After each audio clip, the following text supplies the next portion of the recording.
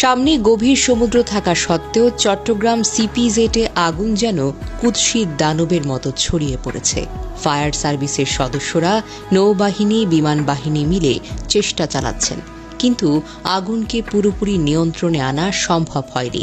দাউ দাউ করে জ্বলছে আগুন, চারপাশে কালো ধোঁয়ার অন্ধকার যেন ঘন হচ্ছে।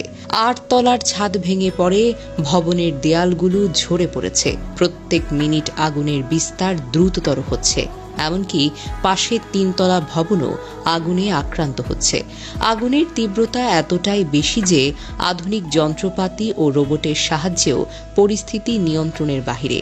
চারপাশে গরমের তীব্র ঢেউ, কেঁপে ওঠা ভবন, বিস্ফোরণের দম বন্ধ করা শব্দ, সব মিলিয়ে যেন এক ভয়ঙ্কর বাস্তবতা।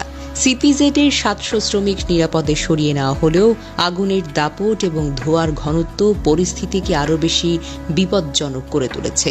ধার্য পদার্থের আধিক্য, পানির চাপের সীমাবদ্ধতা, সব মিলিয়ে এই আগুন যেন এক ভয়ঙ্কর ভয়ালো দানব, যা এক মুহূর্তেই সব কিছু ছড়িয়ে দিতে পারে।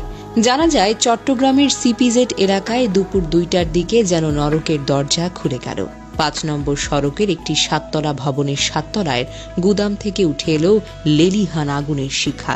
এমন তীব্র, এমন ভয়ঙ্কর যে চট্টগ্রামের মানুষের চোখে ধুলার মতো ঘুরে বেড়াচ্ছে এখনো সেই দৃশ্য। ভবনটি ছিল চিকিৎসা সরঞ্জাম এবং টুপি তৈরির কারখানা, যেখানে প্রচুর সুতা, কাপড় এবং ধার্য পদার্থ জমা ছিল। এই ধার্য উপাদানগুলো যেন আগুনকে একটা অদম্য মানবে পরিণত করেছে। লেলিহান শিখা ছড়িয়ে পড়েছে নিচতলা থেকে উপরে, ৯ তলা পর্যন্ত পুরো ভবনটাকে গিলে খাচ্ছে আগুনের জ্বালা। প্রত্যক্ষদর্শীরা বলছেন, প্রথমে Adams cap and textile limited কারখানার ৭ম তলায় শুরু হলো আগুনের সূত্রপাত, কিন্তু মাত্র কয়েক মিনিটের মধ্যে সেই শিখা ছড়িয়ে পড়ল পুরো ভবনে। কালো ধোঁয়ার মেঘে আকাশ ঢেকে গেল, তাপের তীব্রতায় যেন বাতাসও পুড়ে যাচ্ছে। ফায়ার সার্ভিসের কর্মীরা কাছে যেতে পারছেন না এই প্রচণ্ড রকমের তাপে। তারা দূর থেকে পানি ছিটিয়ে লড়াই করছেন, কিন্তু আগুনের লেলিহান জিহ্বা যেন তাদের চ্যালেঞ্জ করছে। ভবনের ছাদ ধসে পড়তে শুরু করেছে, ধপাস ধপাস শব্দে যেন মৃত্যুর ঘণ্টা বাজছে। লেলিহান শিখা আরো উঁচুতে উঠছে, যেন চট্টগ্রামের আকাশকেও চ্যালেঞ্জ করছে। এই অগ্নিকাণ্ড! এই ভয়াবহ যুদ্ধে ফায়ার সার্ভিসের ২৩টি ইউনিট সার্বিক ক্ষেপে লড়াই করছে।